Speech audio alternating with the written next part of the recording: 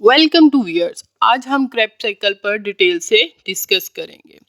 Krebs cycle को आमतौर पर सिट्रिक एसिड साइकिल या फिर ट्राइकार्बोक्सिलिक एसिड साइकिल भी बोलते हैं। ये क्या है जी? ये सेलुलर रिस्पायरेशन का सेकंड स्टेप होता है। सेलुलर रिस्पायरेशन क्या होता है जी? इसमें मेन 3 स्टेप होते हैं। फर्स्ट वन ग्लाइकोलाइसिस, सेकंड जो होता है वो क्रेब्स साइकिल और थर्ड वन जो होता है वो इलेक्ट्रॉन ट्रांसपोर्ट चेन होता है। क्रेब्स साइकिल जो होता है वो माइटोकॉन्ड्रिया के मैट्रिक्स के अंदर परफॉर्म होता है। इस माइटोकॉन्ड्रिया के मैट्रिक्स के अंदर ऑक्सैलिक एसीटेट जो है वो पहले से ही मौजूद होता है। ऑक्सैलो एसीटेट जो है ये 4 कार्बन मॉलिक्यूल होता है और ये अटैच हो जाता है एसीटाइल कोएंजाइम के साथ। एसीटाइल कोएंजाइम जो होता है ये ग्लाइकोलाइसिस जो होती है उसकी प्रोडक्ट होती है। ठीक है, ग्लाइकोलाइसिस के नतीजे में 2 एसीटाइल कोएंजाइम्स बनते हैं जो कि क्रेब्स साइकिल के अंदर एंटर होती हैं और वो ऑक्सैलो एसीटेट के साथ रिएक्ट करते हैं, जिससे क्रेब्स साइकिल जो होता है वो स्टार्ट हो जाता है। उसका फर्स्ट स्टेप जो है वो स्टार्ट हो जाता है। इस फर्स्ट स्टेप में जो होता है जी कोएंजाइम ए जो है वो रिलीज हो जाता है और वो किसी दूसरे मॉलिक्यूल के साथ रिएक्ट करने के लिए तैयार हो जाता है। सेकेंड स्टेप में क्या होता है जी? जो सिट्रेट होता है वो कन्वर्ट होता है आइसोसिट्रेट में। यानी कि जो सिट्रेट बनता है फर्स्ट स्टेप में, जब ऑक्सैलो एसीटेट और एसीटाइल कोएंजाइम एक दूसरे के साथ रिएक्ट करते हैं तो उसके नतीजे में सिट्रेट बनता है। सिट्रेट जो है वो क्या होता है जी? वो जो होता है वो आइसोसिट्रेट का आइसोमर्स होता है। ठीक है, आइसोमर्स हम उनको बोलते हैं जिनका सेम केमिकल फार्मूला होता है लेकिन वो डिफरेंट होते हैं स्ट्रक्चरल अरेंजमेंट में। ठीक है, इस यानी कि उनकी स्ट्रक्चर जो अरेंजमेंट होती है वो एक दूसरे से मुख्तलिफ होती है, उनको हम आइसोमर्स कहते हैं। यहाँ पे सिट्रेट जो है वो कन्वर्ट हो जाता है आइसोसिट्रेट में। थर्ड स्टेप में क्या होता है? जो आइसोसिट्रेट होता है वो कन्वर्ट हो जाता है अल्फा कीटो ग्लूटारेट में।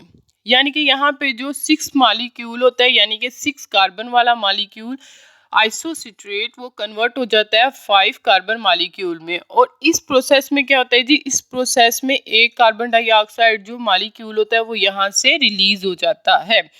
इसलिए जो 6 कार्बन मॉलिक्यूल होता है वो कन्वर्ट हो जाता है 5 कार्बन मॉलिक्यूल में।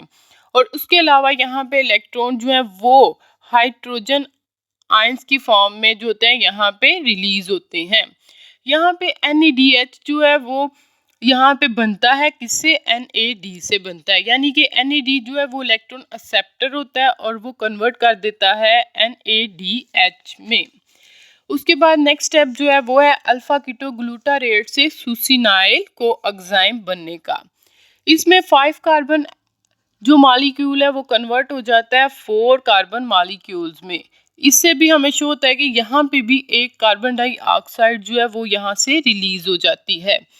उसके अलावा हमें जैसे कि हमें पता चलता है कि यहाँ पे सुसिनाइल कोएंजाइम बनता है। ठीक है, उसके नाम से ही हमें पता चलता है कि यहाँ पे कोएंजाइम जो है वो यहाँ पे अटैच हो जाता है इसके साथ और यहाँ पे भी जो है वो एक NADH की प्रोडक्शन होती है।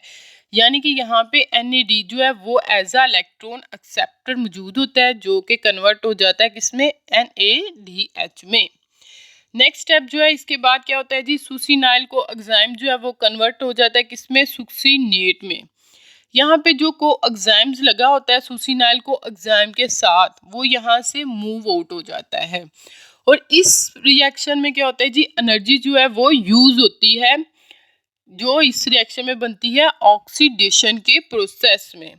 एनर्जी किस लिए यूज होती है? ATP की जनरेशन के लिए। यानी कि यहाँ पे ADP से क्या बन जाता है? ATP बन जाता है।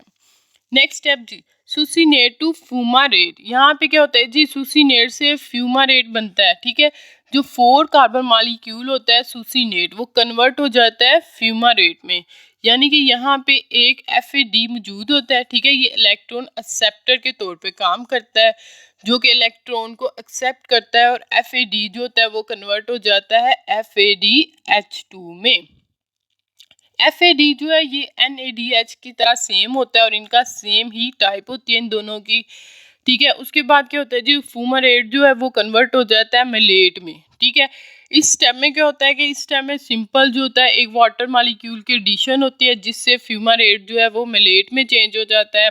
उसके बाद मुलेट क्या होता है जी, मैलेट में क्या होता है, मैलेट ने कन्वर्ट होना होता है ऑक्सैलो एसीटेट में, ठीक है। इसमें क्या होता है जी, इसमें भी एक जो होती है वो NAD जो होता है वो NADH की फॉर्म में रिलीज हो जाता है, यानी कि इस स्टेप में इलेक्ट्रॉन की एडिशन होती है, ठीक है, और वो कन्वर्ट कर देते हैं NAD को NADH में, ठीक है। और उसके बाद क्या होता है जी, ऑक्सैलो एसीटेट जो होता है वो रेडी हो जाता है दोबारा से नेक्स्ट साइकिल को स्टार्ट करने के लिए, यानी कि जो क्रेब्स साइकिल का नेक्स्ट स्टेप है वो यहाँ से दोबारा स्टार्ट हो जाता है। इस साइकिल में कहाँ कहाँ पे कार्बन डाइऑक्साइड रिलीज होती है और कैसे रिलीज होती है और कहाँ पे NADH बनते हैं और कहाँ पे FADH2 बनता है, ये आपको मैं बता चुकी हूँ साइकिल में। और ATP कितने बनते हैं, ठीक है। अगर ये एक साइकिल चलता है तो एक साइकिल में क्या होता है जी, एक साइकिल में 2 कार्बन डाइऑक्साइड, 3 NADH और एक जो होता है वो FADH2 बनता है।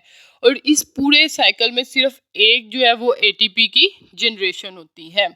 जैसे कि हमें पता है कि ग्लाइकोलाइसिस के नतीजे में जो है वो 2 एसिटाइल को एंजाइम बनते हैं, इसलिए ये साइकिल जो है वो 2 दफ़ा जो है वो रन करता है। और उसके नतीजे में 2 दफ़ा रन करने के नतीजे में यहाँ पे 4 कार्बन डाइऑक्साइड बनती हैं, 6 जो हैं वो NADH और 2 जो हैं वो FADH2 बनते हैं। और जब ये 2 दफ़ा रन करता है तो उसके नतीजे में 2 ATP मॉलिक्यूल बनते हैं।